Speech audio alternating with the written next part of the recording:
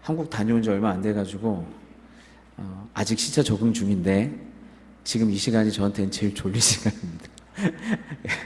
그래서 제가 좀 버벅거리거나 뒤에 뭔가 환상을 보는 사람처럼 이렇게 약간 비몽사몽간에 뭔가 하고 있으면 이해해 주시길 바라도록 하겠습니다. 그래서 아무튼 굉장히 중요한 본문입니다. 그래서 이 본문이 중요하기 때문에 오늘과 주일에 걸쳐서 두 번에 걸쳐서 나누어서 강의를 하도록 하겠습니다. 그래서 오늘 다루지 못한 부분은 또 주일에 다루도록 하겠습니다. 성전이 무너진 지 14년째, 포로로 잡혀온 지는 25년째에 에스겔이 환상을 보는데 새 성전의 환상을 봐요. 새로운 성전의 환상을 보는데 이것은 이스라엘 백성들에게 굉장히 놀라운 그리고 영광스러운 비전이었습니다. 성전은 이스라엘 백성에게는 심장부와 같은 곳이었고 성전을 잃어버리면 모든 것을 다 잃어버리는 것으로 생각했어요. 아시다시피 최초의 성막이었던 그 모세의 성막 그 중심으로 앞뒤 좌우로 세 지파씩 해서 움직였잖아요. 그리고 예루살렘 성읍 안에서도 성전이 항상 중심에 있었죠.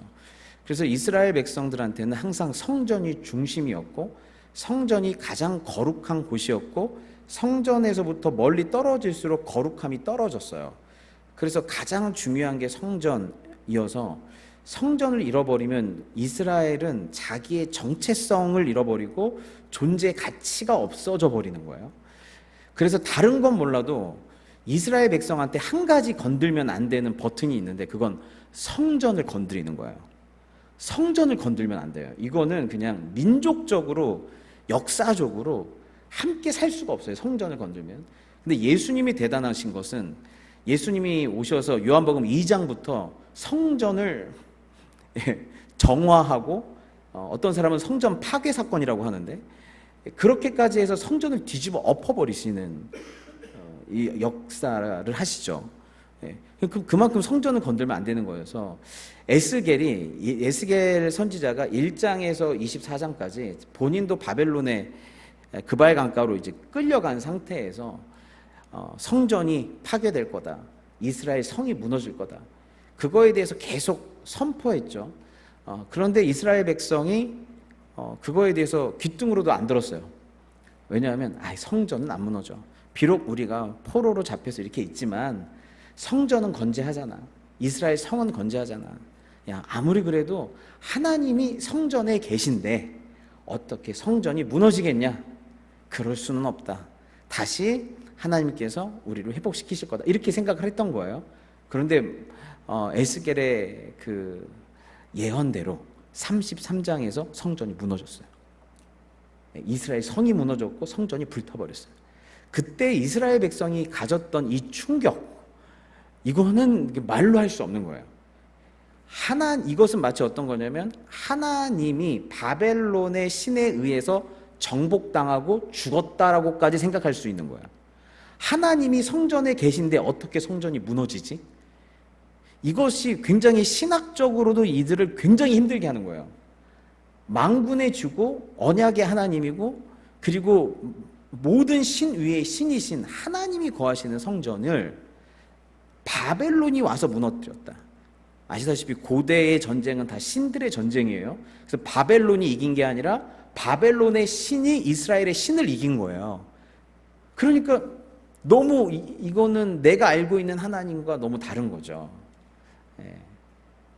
너무 다른 거죠. 그 전능하시고 능력이 있으신 하나님, 애굽에서 우리를 건지신 하나님, 능치 못하심이 없는 하나님이 바벨론에 의해서 함락당해서 성전이 무너져 버렸다. 근데 에스겔은 그 이유를 얘기해 주죠. 성전에 하나님이 있는데 무너진 게 아니라 이미 성전에 하나님이 없었다. 이미 하나님이 성소에서 떠나셔서 성소 문지방으로 나오셨고 이미 에스겔서 8장에서 성소 문지방에서 나오셨고 그리고 동쪽 문으로 해서 나가셨다. 이게 성전은 동쪽으로 향해 있어요. 동쪽 문이 있고 또 동쪽 성소에 그 현관 문이 있고 그 다음에 이렇게 지성소로 나가는 거거든요. 이쪽 문이 다 동쪽이에요. 그러니까 동쪽으로 해서 주님이 나가버리신 거예요. 그리고 예루살렘 성읍 중에서 떠올라서 또 동쪽 산으로 나가셨어요. 성도 떠나셨어요. 그러니까 하나님이 있는데 무너진 게 아니라 하나님이 없어서 무너진 거예요.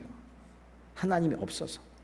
그런데 이렇게 무너지니까, 완전히 무너지니까 34장에서 39장까지 회복의 여정을 거쳐서 40장에 영광스럽게 뭘 회복시켜 주시는 거예요? 성전을 일으켜 주시고 새로운 성전을 회복시켜 주시는 거예요. 그렇게 새로운 성전에 대한 환상을 보여주시고 그렇게 새로운 성전을 보여주신 다음에 이 성전에 하나님의 영광이 이렇게 들어오는 거야. 이게 43장이에요. 새로운 성전에 대한 환상을 보여주는 게 40장에서 42장이죠. 그러면서 거기서 막 측량을 하잖아요. 성전이 이렇고 이러면서. 그렇게 성전이 측량되고 준비된 상태에서 43장에서 그렇게 준비된 상태에서 주님이 그냥 막 오시는 게 아니에요. 주의 오실 길을 예비한다고 그러죠. 주님이 오실 길이 예비가 돼야 돼요. 성전이 준비가 돼야 돼요. 그렇게 성전이 준비가 되니까 43장에 주님께서 이렇게 오늘 이렇게 오시는 거예요. 오시는 거예요. 네. 그렇기 때문에 이거는 우리 하나님은 그러니까 무너뜨리기 위해서 무너뜨리는 게 아니라 진정으로 새롭게 다시 세우기 위해서 무너뜨리시는 거예요. 그러니까 그리스도 예수 안에 있는 여러분들의 인생 가운데 하나님께서 무언가를 무너뜨리는, 하나님이 왜 함께 하시는데도 무너지지? 라고 생각하는 그 어떤 것이 무너진단 말이에요. 근데 하나님의 주권 아래서 뭐가 무너지는 건 여러분을 절망하게 하려고 하거나 진짜 짓밟기 위해서가 아니라 진정으로 새롭게 세우시기 위해서 무너뜨리시는 거예요. 어설프게 갱신하는 게 아니에요. 어설프게 인테리어 하는 게 아니라 완전히 무너뜨리고 다시 세우시는 거예요. 그래서 성전을 완전히 무너뜨리고 하나님의 비전 안에서 성전이 다시 세워지는 그런 역사가 일어나는 거죠. 그래서 2절에 보면 하나님의 이상 중에 나를 데리고 이스라엘 땅에 이르러 나를 매우 높은 산 위에 내려놓으시는데 거기서 나무로 향하여 성읍 같은 형상 같은 것이 있는데 그 성읍 같은 형상 가운데에서 이제 성전을 보여주시는 거예요. 그 중심에 있는. 그러면서 나를 데리고 거기에 이르시니 모양이 녹같이 빛난 사람 하나가 손에 3줄과 측량하는 잔대를 가지고 문에 서 있더니, 이 측량하는 잔대. 그러니까 하나님이 성전을 이미 다 새롭게 지어 놓으시고 뭐 하려고 서 있는 거예요? 녹과 같이 빛난 사람 하나가 측량하는 도구를 들고 측량하면서 보여주려고 안내하려고 서 있어요. 그래서 이 성전이 길이가 어떻게 돼?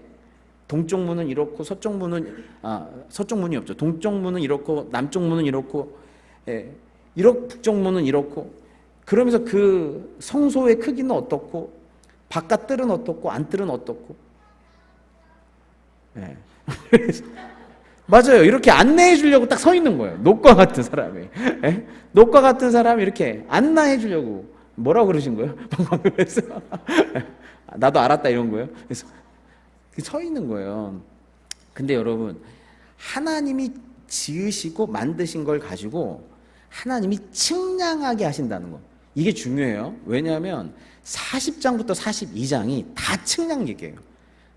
너무 지루하셨죠, 읽으실 때. 어디가 어떻고 읽다가 길을 잃으셨죠.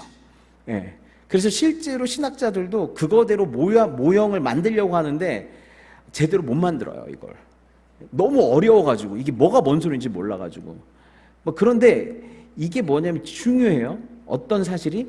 측량한다는 사실이 중요해요. 하나님이 만드신 거를 자를 가지고 아주 정확하게 측량하고 있다는 것이 중요합니다. 왜 측량을 하는가? 그래서 나중에 스룹바벨도 예루살렘 성을 측량하는 천사를 만나고, 새로운 요한계시록에 보면 또 천사가 거룩한 성 예루살렘을 측량하기 위해 서서 또 측량을 해요. 계시록 21장에 보면. 그러니까 하나님 만드신 걸 측량하는 거예요. 그래서 왜 측량을 할까? 우리는 이제 그걸 알 필요가 있는데 그 4절에 이렇게 나와요. 그 사람이 내게 이르되 인자야 내가 내게 보이는 그것을 측량을 하고 보여주는데 그것을 어떻게 하래요? 눈으로 보고 귀로 들으며 내 마음으로 생각하래요. 그걸 잘 보고 듣고 네 마음으로 생각해라. 내가 이것을 내게 보이려고 이리고 데려왔나니 너는 본 것을 다 이스라엘 족속에게 전할지어다. 전하라는 거예요. 그러니까 이 성전을 잘 보고 이 측량하는 것을 잘 보고 마음으로 뭔가를 생각하고 깨달으라는 거예요. 그래서 이걸 이스라엘 백성에게도 전해서 그들도 뭔가를 생각하고 깨닫게끔 하라라고 얘기를 하고 있는 것입니다. 예. 그렇다고 하면은 무엇을 깨달아야 되는가? 그럼 이 성전이 의미하는 것은 무엇인가를 알 필요가 있어요. 여러분 성경에 보면 성전이 처음에는 성막으로 시작을 하죠. 성막으로 시작해서 모세가 시내산에서 그 성막에 관련된 모든 규례와 양식을 모형을 다 봤죠.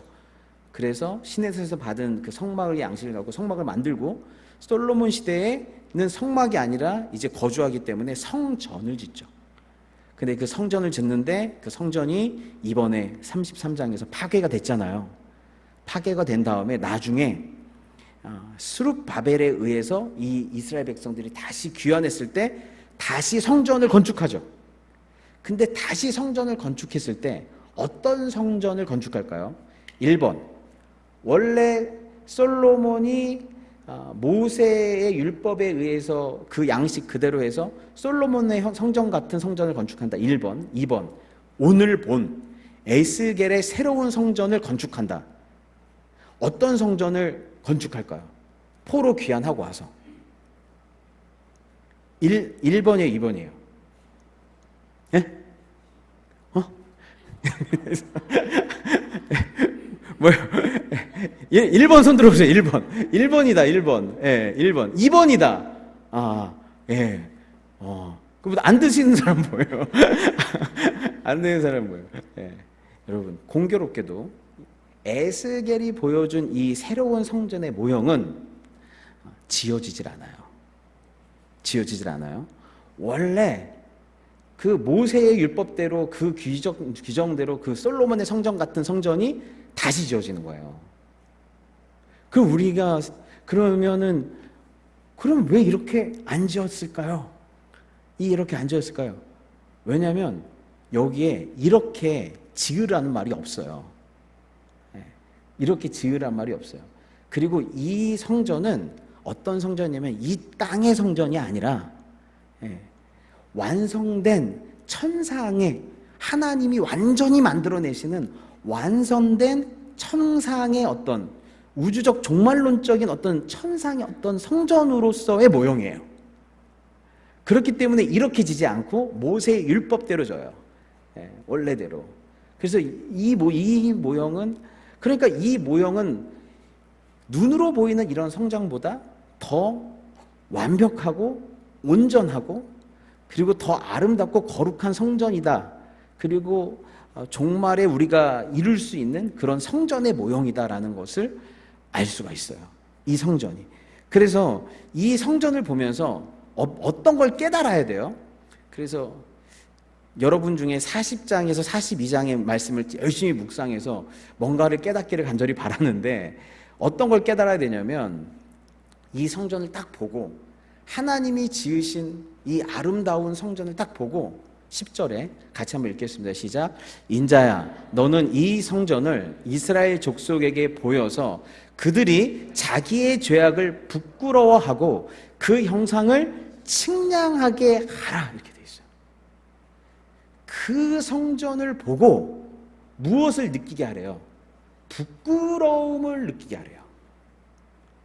하나님이 지으신 하나님이 만드신 완벽한 성전, 거룩한 성전을 보면서 자기 자신을 보면 그걸 보면서 부끄러움을 느끼게 하고 그 다음에 그 형상을 그 모형을 다시 한번 꼼꼼하게 이렇게 측량하게 하라는 거예요. 정말 그러한지.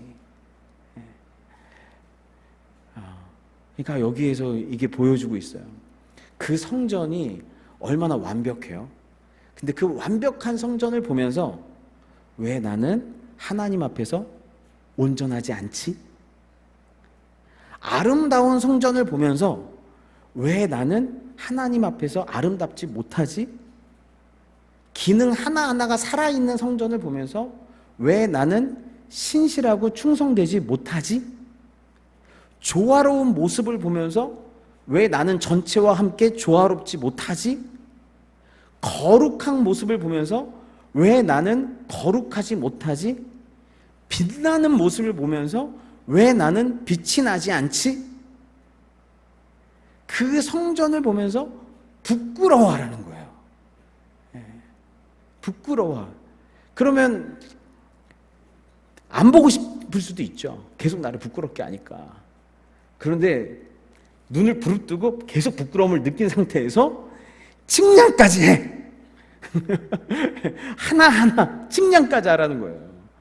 부끄러움을 느끼면서 측량까지 하라라고 얘기를 하는 거예요.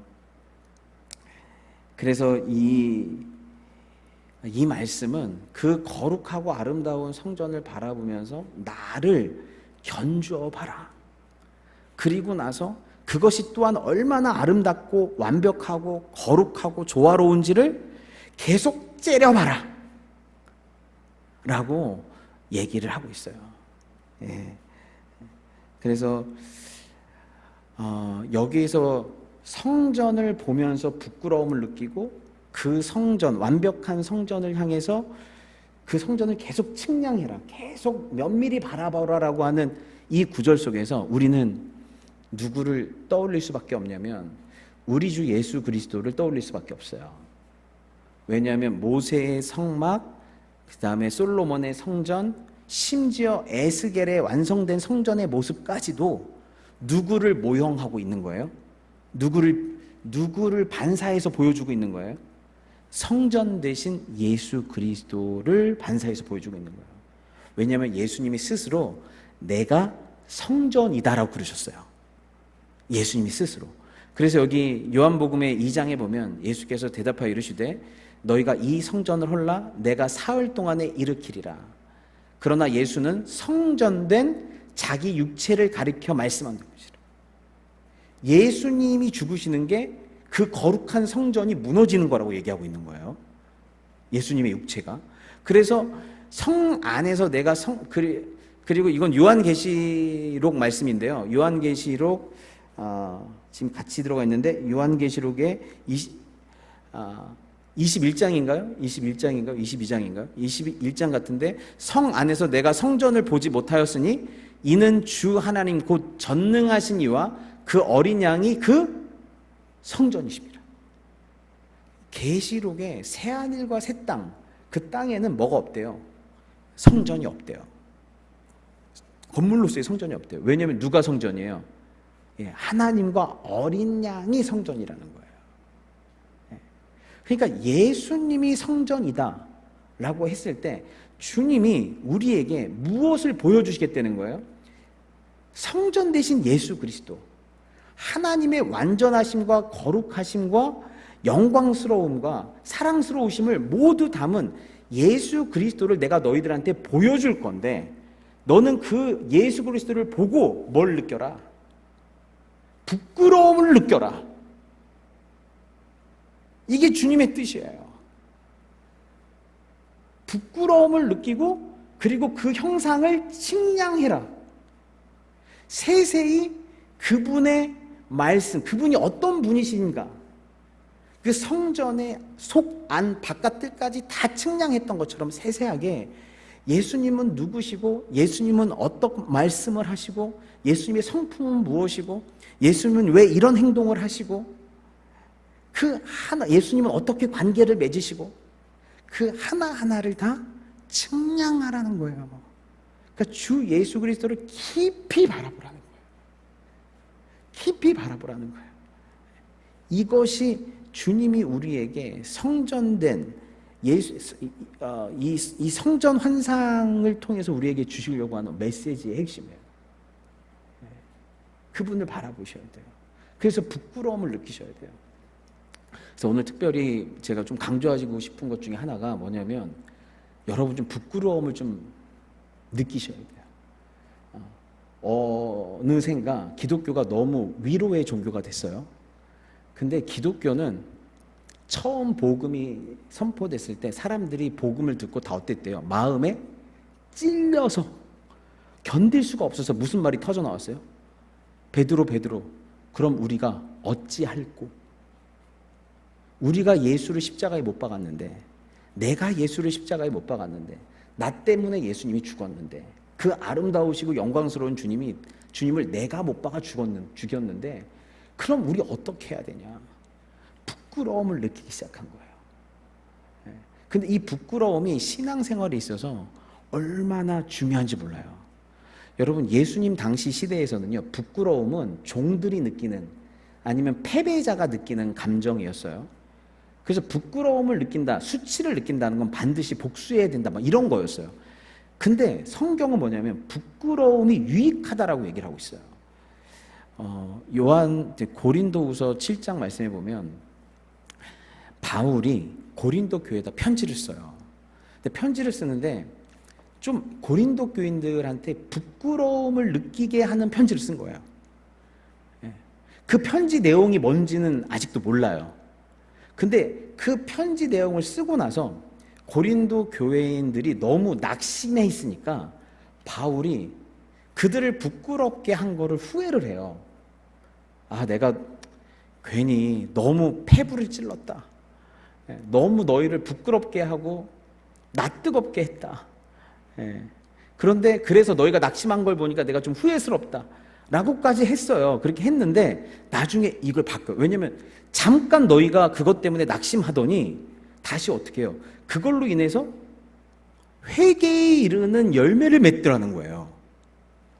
그래서 낙심한 건 잠깐이고 그 부끄러움 때문에 경건한 근심을 하더라. 그래서 내가 이제 너희를 부끄럽게 한 거를 이제 후회하지 않는다, 이렇게 얘기를 하거든요.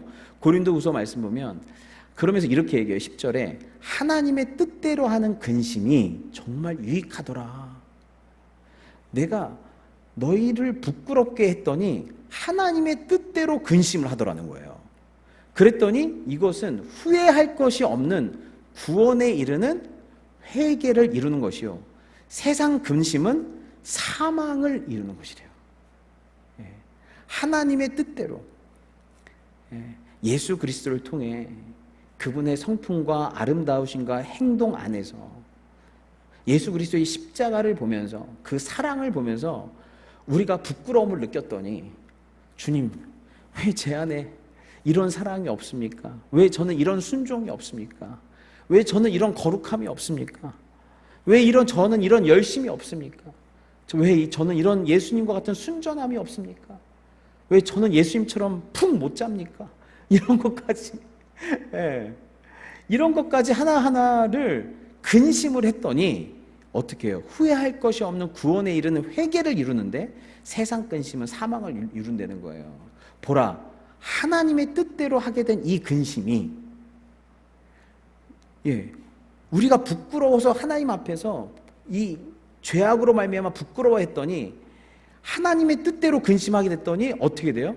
얼마나 간절하게 하며, 얼마나 우리가 막 신앙생활 너무 매너리즘에 빠졌다 그러죠. 여러분 혹시 신앙생활 맨날 요즘에 매너리즘 빠진 거 같고 그러세요? 그러면 여러분 목사의 위로를 구하지 마세요. 목사님 저 요즘 매너리즘에 빠졌어요. 그럼 제가 여러분을 부끄럽게 해드릴게요. 목사님 저 좀 부끄럽게 해주세요. 면도칼처럼 제 문제가 뭔지 좀 알려주세요. 편지라도 좀 써주세요. 여러분 사람이요 평안 가운데 바뀐다고 생각하시죠? 사람은 평안 가운데 안 바뀌어요. 평화롭고 아무런 문제가 안 생길 때 바뀔 거라고 생각하죠? 아니요. 놀랍게도 위기와 근심 속에서 바뀌어요. 위기와 근심이 와야 사람이 어떻게 돼요? 그 안에서 어찌할꼬 하면서 진짜로 변화를 시도하기 시작해요. 하나님은 그런 우리의 습성을 알아요.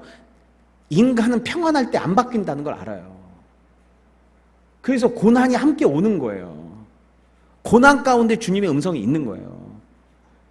그래서 하나님의 뜻대로 하게 된 이 근심이 너희를 얼마나 간절하게 하며, 얼마나 변증하게 하며, 얼마나 변증하게 하며, 문제를 바로잡으려고 하며, 변명하는 게 아니라 변증, 문제를 바로잡으려고 하며, 얼마나 분하게 하며, 죄 지은 거에 대해서, 마귀에게 속은 거에 대해서, 유혹 당한 거에 대해서, 시간 낭비한 거에 대해서, 세월을 아끼라 때가 악하니라, 분하게 하며, 그 많은 시간 내가 기도 안 하고 드라마 본 거 지금 저도 회개합니다, 여러분. 이번에도 한국 가서 옥시 부인전을 보고 너무 감동받았어요. 그거는 봐야 돼. 근데 그 옥시 부인전은 봐야겠더라고.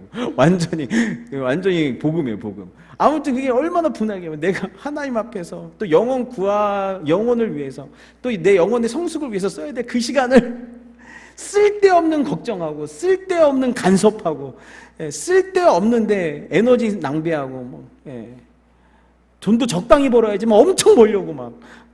왜 그랬을까? 그게 뭐예요? 얼마나 분하게 하며, 얼마나 하나님 앞에서 온전치 못한 것에 대해서, 거룩하지 못한 것에 대해서 두렵게 하며. 여러분, 자다가 눈 떴을 때, 죽음 앞에서 눈 떴을 때 어디서 눈 떠야 돼요? 천국에서 눈 떠야 되잖아요. 지옥에서 눈 뜨면 안 되잖아요. 얼마나 사모하게 하며, 하나님의 뜻대로 하는 근심으로 말미암아서 하나님 앞에서 막 너무너무 사모가 되는 거예요. 또 얼마나 열심히 있게 하며, 얼마나 벌하게 하며, 바로잡으려고, 정의를 행하려고.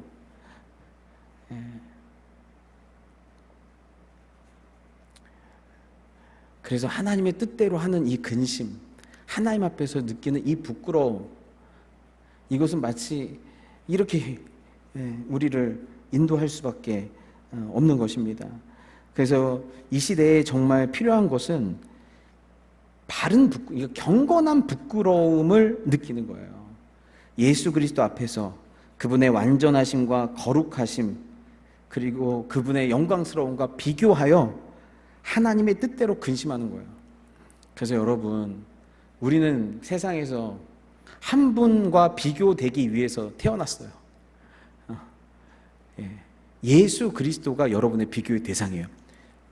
옆집의 순이 엄마가 아니라, 엄마 친구 아들이 아니라 예수님이 내 인생의 비교 대상이라는 거예요. 왜냐하면 주님은 여러분 인생 가운데 예수 그리스도의 형상, 영광, 거룩하심, 온전하심, 완전하심을 이루게 하려는 게 주님의 뜻이기 때문에 그래요. 그분과 비교하면서, 만약 그런데 세상적인 부끄러움, 그리고 세상적인 근심은 어떻게 해요? 세상적인 근심과 세상적인 부끄러움은 분노, 그리고 자기 혐오와 절망으로 들어가요. 부끄럽게 한 그 사람을 복수하거나, 아니면 그 부끄러움 때문에 스스로 무너져요. 부끄럽기 때문에 자기 자신을 외부와 차단하고 자기 스스로에게 자기가 벌을 줘요. 부끄러움을 느끼는 건 우리의 몫인데, 나 자신을 내가 심판해서는 안 돼요. 스스로 자기를 혐오하고 자기 자신에 대해서 절망해서 다른 외부와 차단해서 내가 나를 스스로 심판하면 안 돼요. 가룟 유다가 그랬죠. 베드로와 가룟 유다가 둘 다 하나님 앞에서 부끄러움이 드러났어요. 수치가 드러났어요. 근데 가룟 유다는 세상적으로 근심했고, 세상적으로 어떻게 했어요? 부끄러움을 느껴서 하나님 앞에 가서, 주님, 제가 이러한 죄인입니다. 저를 불쌍히 여겨 주십시오. 저는 이렇습니다라고 해서 그분의 처단, 용서가 됐든 뭐가 됐든 그분의 처단을 기다려야 했는데, 스스로 자기 자신을 처단했어요. 자기 자신을 벌 줬어요. 여러분, 생명과 죽음은 다 누구의 주권 아래에 있는 거예요? 하나님의 주권 아래 있는 거예요. 그러니까 여러분의 시작도 여러분이 시작한 게 아니에요.